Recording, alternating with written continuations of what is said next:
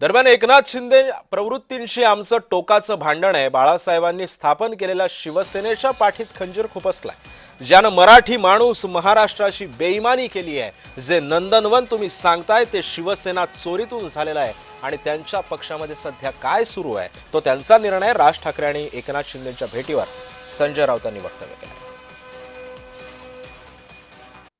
एकनाथ शिंदे या प्रवृत्तीविरुद्ध आमचं टोकाचं भांडण आहे. शिवसेनेचं, बाळासाहेब ठाकरेंचं. आणि ते टोकाचं भांडण यासाठी आहे की एकनाथ शिंदे यांनी हिंदू हृदय सम्राट शिवसेना प्रमुख बाळासाहेब ठाकरे यांनी स्थापन केलेल्या शिवसेनेच्या पाठीत खंजीर खुपसली. म्हणजे बाळासाहेब ठाकरेंच्या विचारांशी बेईमानी केली.